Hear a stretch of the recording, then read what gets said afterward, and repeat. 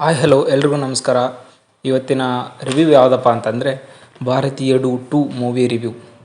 Shivaji, Robo, Jeans, Boys, Aparichitudu ಅಂತ movie ಕೊಟ್ಟಿರೋ ಶಂಕರ್ ಅವರು ಈ ಥರ ವರ್ಸ್ಟ್ ಮೂವಿ ತೆಗಿತಾರೆ ಅಂತ ನಾನು ಅಂದ್ಕೊಂಡಿರಲಿಲ್ಲ. ಯಾಕಂದರೆ ಭಾರತೀಯಡು 1 ಏನಿದೆ ಅದು ಎಲ್ಲ ಎಕ್ಸ್ಪೆಕ್ಟೇಷನ್ನ ರೀಚ್ ಮಾಡಿತ್ತು ಅಂತ ಹೇಳ್ಬೋದು. ಯಾಕಪ್ಪ ಅಂತಂದರೆ ಅಲ್ಲಿ ಎಮೋಷನ್ ಆಗಿರ್ಬೋದು, ಡ್ರಾಮಾ ಆಗಿರ್ಬೋದು, ಅದು ಒಂದು ಬೇರೆ ಲೆವೆಲ್ ಇತ್ತು movie.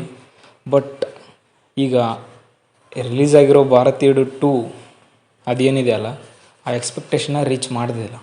Worst Shankar ಡೈರೆಕ್ಷನಲ್ಲಿ worst movie ಯಾವುದಪ್ಪ ಅಂದರೆ ಇದೇ ಅಂತ ಹೇಳ್ಬೋದು.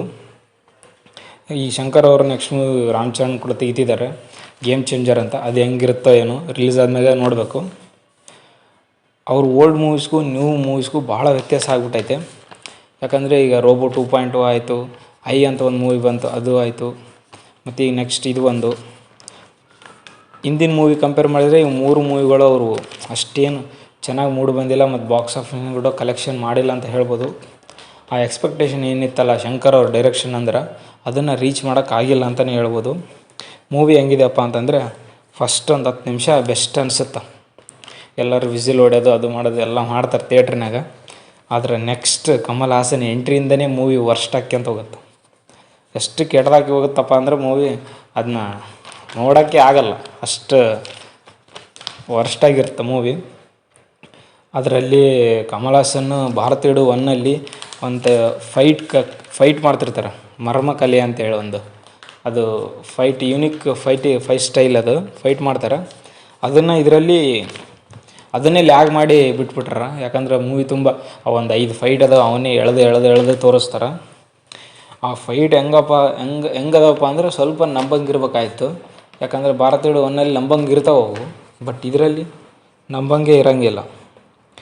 ಒಂದು ಫೈಟ್ನಾಗಂತೂ ಅವನು ಹೊಟ್ಟೆಗೆ ಹೊಡಿತಾನೆ. ಹೊಟ್ಟೆಗೆ ಹೊಡೆದ ಕೂಡಲೇ ಅವನ ಮನುಷ್ಯ ಹೆಂಗಾಗ್ತಾನೆ ಅಂದರೆ ಹುಡುಗಿ ಥರ ಆ್ಯಕ್ಟ್ ಮಾಡೋಕ್ಕೆ ಸ್ಟಾರ್ಟ್ ಮಾಡ್ತಾನೆ.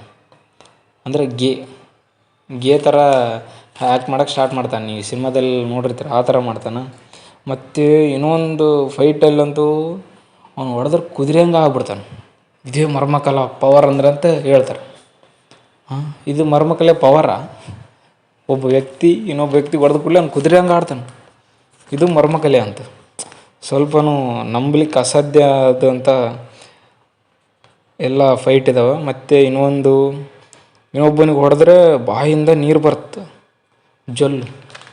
ಜೊಲ್ಲು ಬರೋಕ್ಕೆ ಸ್ಟಾರ್ಟ್ ಆಗಿ ಅವನು 2-3 ಲೀಟ್ರ್ ಬರ್ತಂತೆ. ಇಡೀ ಬಾಡಿಯಲ್ಲಿ ಅವ್ನು ವಾಟ್ರೆಲ್ಲ ಬಂದುಬಿಟ್ಟು ಅವನು ಸತ್ತೋಗ್ತಾನೆ. ಯಪ್ಪ, ಇನ್ನೆಂಥ ಫೈಟ್ಗಳು ನೋಡಿ. ಇದು ಶಂಕರ್ ಅವ್ರು ಡೈರೆಕ್ಟ್ ಮಾಡಿರೋದ ಅಂತ ಅನಿಸುತ್ತೆ. ಇನ್ನೊಂದಂಥ ಫೈಟ್ನಾಗ ಅವನಿಗೆ ಹೊಡೆದ್ರೆ ಸಾಂಗ್ ಆಡೋಕ್ಕೆ ಸ್ಟಾರ್ಟ್ ಮಾಡ್ತಾನೆ. ಅವನು ಸಾಂಗ್ ಆಡೋದಕ್ಕೆ ಆಡ್ತಾನೇ ಇರ್ತಾನೆ, ಅವ್ನು ಸಾಯ್ತಾನೆ. ಅದು ಮರ್ಮಕಲೆ ಅಂತ. ಯಪ್ಪ, ಇದೆಲ್ಲ ನೋಡ್ತಿದ್ರೆ ಶಂಕರ್ ಅವರು ಡೈರೆಕ್ಟ್ ಮಾಡಿಲ್ಲ ಅಂತ ಅನಿಸುತ್ತೆ. ಯಾಕಂದರೆ ಇಷ್ಟು ಲಾಜಿಕ್ ಇರ್ಬೇಕು. ಶಂಕರ್ ಮೂವಿ ಅಂದ್ರೇ ಲಾಜಿಕ್ ಇರುತ್ತೆ. ಬಟ್ ಇಲ್ಲಾಜಿಕಲ್ಲಾಗಿ ಸಿನಿಮಾ ಮಾಡಿದ್ದಾರೆ ಅಂತಲೇ ಹೇಳ್ಬೋದು ಶಂಕರ್ ಅವರು. ಈ ಥಿಯೇಟ್ರಾಗಿರೋ ಜನ ಎಲ್ಲ ಸುಸ್ತಾಗೋದ್ರು ಆಲ್ಮೋಸ್ಟ್ ಎಲ್ಲರೂ. ಮತ್ತು ಹೀರೋ ಎಷ್ಟು ಸ್ಟ್ರಾಂಗ್ ಇರ್ತಾನೆ ಅಂದರೆ ಆ ಏಜಲ್ಲಿ ಕೂಡ ಅವನಿಗೆ ಒಂದು ಏಟು ಬೀಳಂಗಿಲ್ಲ. ವಿಲನ್ಗಳು ಎಂಥ ಪವರ್ಫುಲ್ ಇದ್ದರೂ ಇವನು ಕೇಳದೆ ಆರಾಮಾಗಿ ವಿಲನ್ಗಳನ್ನ ಸಾಯಿಸ್ಬರ್ತಿರ್ತಾನೆ. ಅದು ಅವನು ಹೆಂಗೆ ಹೋದ, ಆ ಜಾಗಕ್ಕೆ ಹೆಂಗೆ ರೀಚ್ ಆದ ಅನ್ನೋ ತೋರಿಸ್ಬೇಕಲ್ಲ. ಅದು ಏನೂ ತೋರಿಸಂಗಿಲ್ಲ, ಡೈರೆಕ್ಟ್ ಹೀರೋ ಅಂದರೆ ಹೀರೋ ಹೋಗ್ಬಿಡೋದು, ಸೀದಾ ಹೊಡೆದ್ಬಿಡೋದು. ಮತ್ತು ಸಿಕ್ಸ್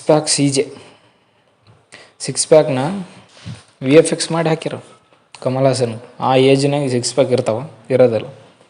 ಬಟ್ ಹಿಂಗೆ ಮಾಡಿ ಹಾಕ್ಯಾರ. ಮತ್ತು ಡೈರೆಕ್ಟಾಗಿ ಲಾಸ್ಟ್ ಕ್ಲೈಮ್ಯಾಕ್ಸ್ ಏನಿಲ್ಲ, ಡೈರೆಕ್ಟ್ ಪಾರ್ಟ್ 3 ಬರುತ್ತೆ ನೋಡ್ರಿ ಅಂತೇಳಿ ಮುಗಿಸ್ಬಿಟ್ರು. ಓಕೆ, ಇದಾಗಿತ್ತು ಇವತ್ತಿನ ಮೂವಿ ರಿವ್ಯೂ ಭಾರತೀಯಡು 2.